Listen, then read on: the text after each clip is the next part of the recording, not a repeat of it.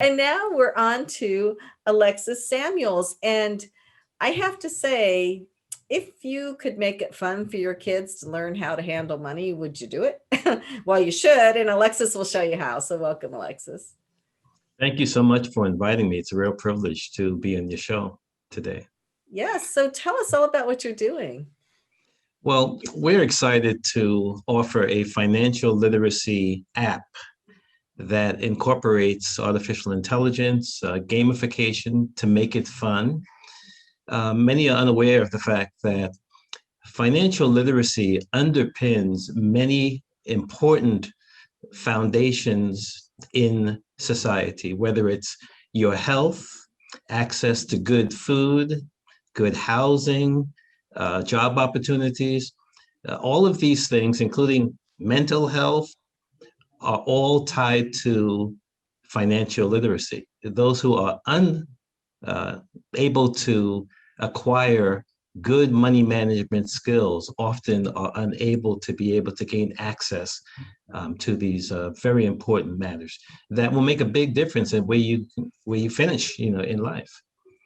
Many years ago, first began developing tabletop learning systems. In fact, the first one in which we developed, we were invited to introduce it to Walmart. After Walmart took a look at it, they said, "Wow, we can sell as many of these as you can manufacture." But we were very concerned about really making a difference within underserved communities. And so we felt rather than selling it on a retail basis at the time, we would allow those within various organizations, whether it be community groups or even the school systems, to promote the learning system. And so we decided to take it to schools. Right now, we're in about 18 different states. We've been accepted within the New York City school system, in New Jersey, and California, and Phoenix, Arizona, in a number of different locations. Many are unaware of the fact that about 45 states now mandate that financial literacy be taught to their high schools before they can graduate. And so we incorporate curriculum inside our literacy systems. And by those school systems throughout the country and the kids playing our games, they actually can qualify for that state mandate as well. And what's the name of your system?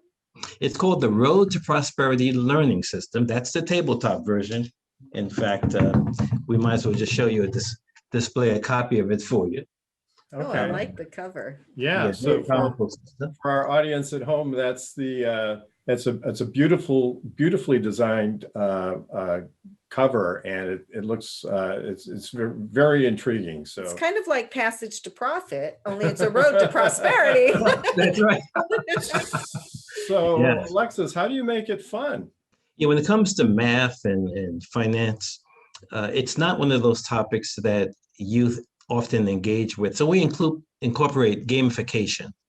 Gamification, you remember when we were all young, many of the things in which we learned through competitions or repetition.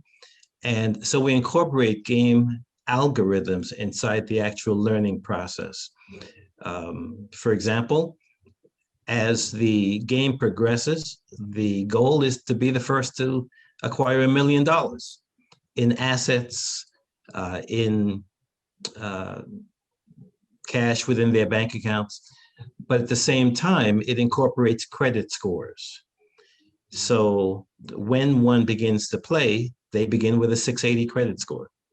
They have to be able to navigate through life's consequences, make adult decisions, and all of the increases and or decreases to their credit scores, all is based upon various educational components in financial literacy.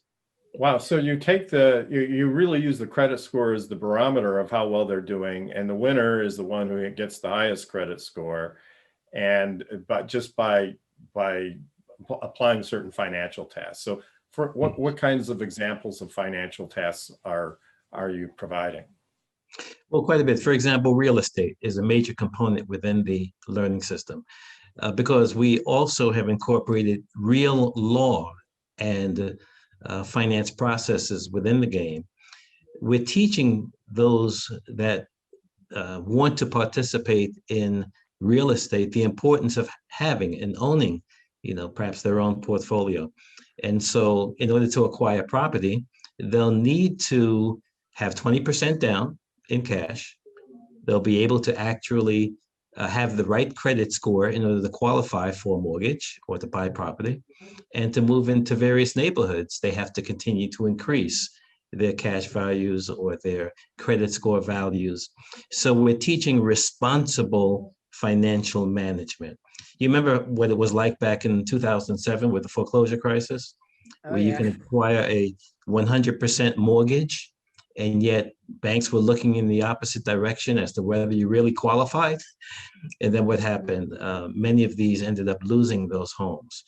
And so the learning system helps to remap one's values so that if they had bad habits in the past, by learning through playing with gamification, they're often able to replace those values with good ones.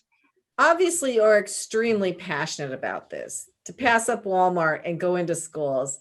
And I think that ties into your own personal story, which we discussed earlier. So could you please relate that story to our audience now? Sure. Well, I was raised downtown Brooklyn in, I would say, a poor neighborhood, but I recognized that I deserved more. I had a go-get-em spirit. And so this was during the early part of the integration process. I'm dating myself now, going way back to the early 70s. And I was allowed to go to a neighborhood where the educational opportunities were a little bit better than those offered initially. I was invited to take a test, came in second in the grade, and was given a job on Wall Street at the age of 15 in the international trade marketplace. So that exposed me right away to various economies. This was even before the economic community was formed. And so everything was about currency adjustment factors and buying and selling, converting currencies, clearing customs. So I had to learn all of those things early on. What was unfortunate for the company I was working for became quite a blessing to me, because I was able to start my own business when they went out of business, doing the exact same thing. And since then, over 40 years now, I'm still doing it. I've involved myself in law, 20-year paralegal, and real estate management. So during the foreclosure crisis, I had a radio show in New York City on a different radio station and was able to take call-ins and answer questions, to the point where I was pulled so thin, I realized I would have to come up with a product that could sit on the kitchen tables of every family in America and teach them the importance of financial values. And it's been quite successful ever since.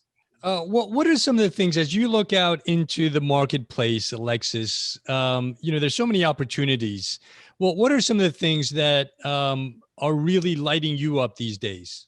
What I've realized is that technology is a very, very important part of today's economy. Therefore, when COVID-19 hit, especially, schools began shutting down. There was no face-to-face learning going on.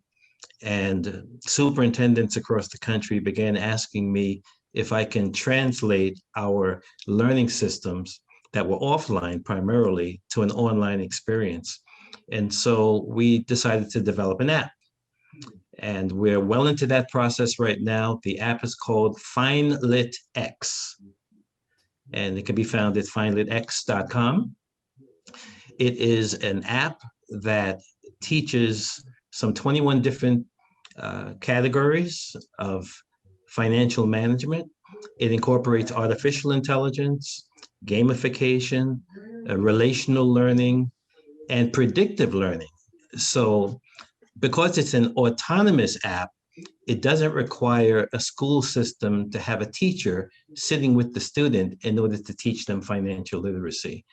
The student logs in under the supervision of the school, and they take a pre-assessment to determine what they currently know, and then they begin playing. 3 different levels of financial literacy. There are rewards associated with playing. So students are able to earn points and gifts and rewards, including cryptocurrency, as they play. Real We issue cryptocurrency or fake cryptocurrency? real cryptocurrency, whether it's Okay, so that's pretty cool. You're Yeah. using Ethereum, right? Yeah. Yeah, we're actually introducing our own token also. It'll be called the RTP, Road to Prosperity Token, on the Ethereum blockchain. And yet, while they'll be rewarded with that as they play, they can also acquire fractional shares of Bitcoin and other, cryptocurrency as well. Our motto is financial literacy for a digital world. Wow. We can't teach how to fill out a check. While we'll include that inside the curriculum, but when you open a bank account today, how many checks do the banks give you? And how many of us, particularly youth coming out of school, know how to fill out a check or will ever have to? We took a survey. We asked a number of youth, when's the last time you filled out a check, or how many have you filled out within the last year? And all of them said 0. Wow. Yeah, that's our daughter. She said, I owe you some money, but I can't write you a check because I don't have any. You have Venmo. She Yeah. she won't call a pizza parlor too. She'll only order online. Yeah. It's all digital. Yeah, I know Kenya has something to say here. I need to play this game first and foremost Yes. because I know nothing about cryptocurrency or any of that other stuff. And you think about this new age of technology and all these different, ways of money's being accounted for, right? Like it seems so foreign. And I wish, one of the things I wish as a kid I would have learned is, credit management and all those important things. Yeah. So I know you said, so there is a school curriculum for this? Yes, it qualifies also with state mandates.